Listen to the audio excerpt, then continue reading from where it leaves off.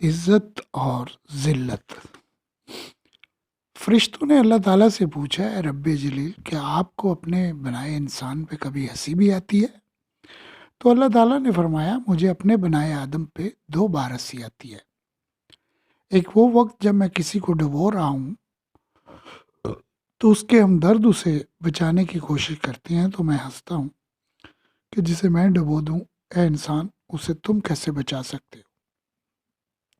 तो फरिश्तों ने अर्ज की, या बारी ताला, और वो दूसरी बार?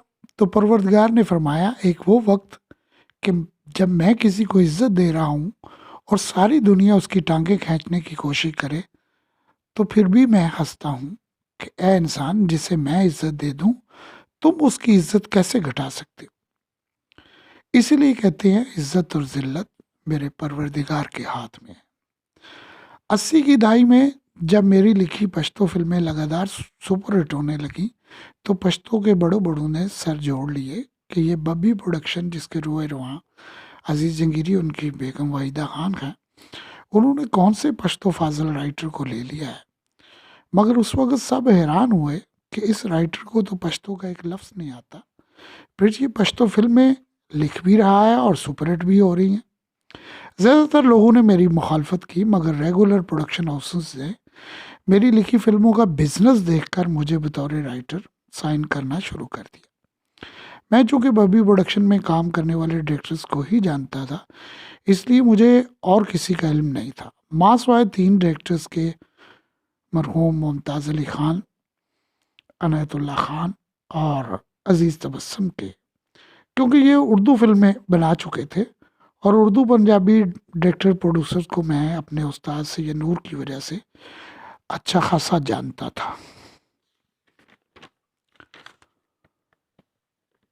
लिहाजा मुझे पहली बार प्रोडक्शन मैनेजर और डायरेक्टर सूदी ने प्रोड्यूसर नईम खान के लिए साइन किया और पेशावर उनसे मुलाकात करने के लिए आईना सन में जाने का कहा। मैंने डायरेक्टर का पूछा और उन्हीं डायरेक्टर्स का नाम लिया जिनके साथ मैं काम कर रहा था कि डायरेक्टर उन्हीं में से हो। मगर एक लड़का जो कि असिस्टेंट और एक्टर भी था, सूदी के साथ खड़ा था, जिसका रंग उड़ा हुआ था। बाद में पता चला कि अगर मैं चाहूँ तो इस लड़के को डायरेक्शन का चांस दे दिया जाएगा। बहरहाल मैं पेशावर आईना सबरीना सिनेमा पहुंचा तो वहाँ एक बोर्ड लिखा था, सिनेमा हज़ा आपकी जान माल की तहफ़्फ़ुज़ का ज़ामन है। मैं बड़ा हैरान हुआ कि यहाँ तफरी भी खौफ के सायों में होती है।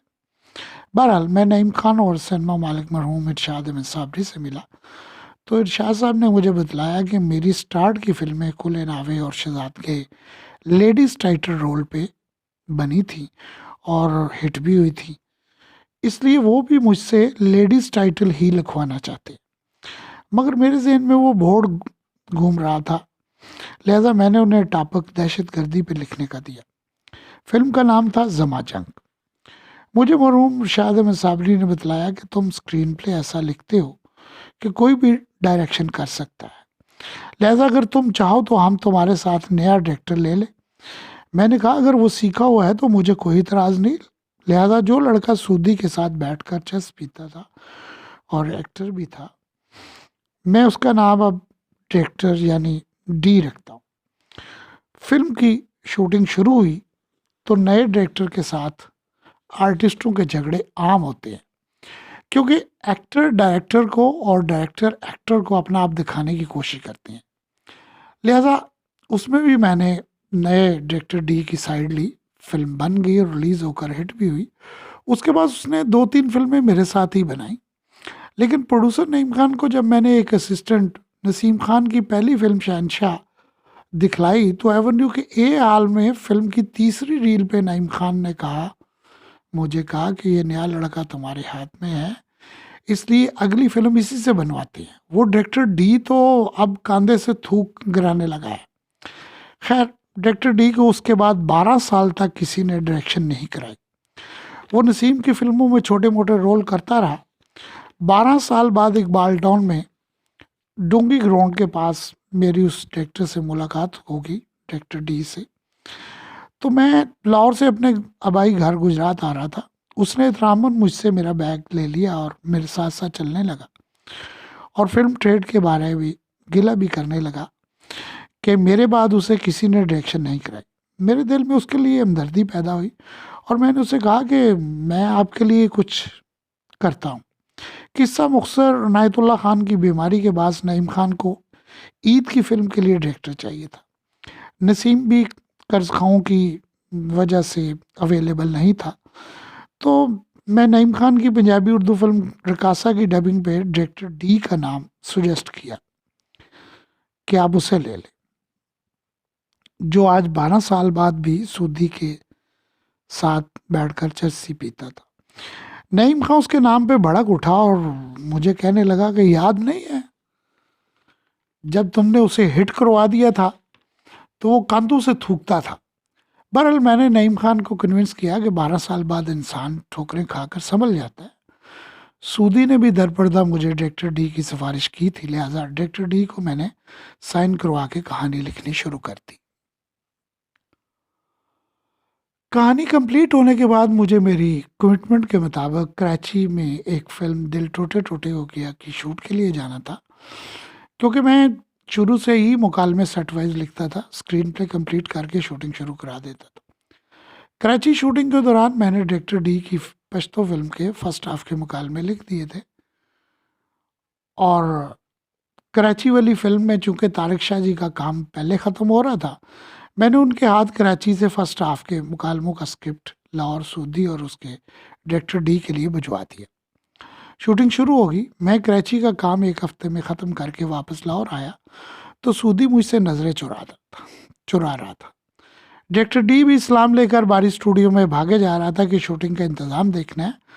मुझे उनका रवैया ठीक ना लगा, फिर भी मैंने सोचा वाकई शूटिंग प्रॉब्लम हो सकती है, लिहाजा दूसरे दिन मुझे एवेन्यू स्टूडियो में सूदी मिला और उसने असल सूरत हाल बतलाई कि सर, डायरेक्टर डी आपके स्क्रिप्ट पे खुद ही राइटर डायरेक्टर बन चुका है और उसके नखरे 7वें आसमान पे है, लिहाजा फिल्म ख़त्म होने तक आप प्लीज़ ज़रा खामोश रहिएगा।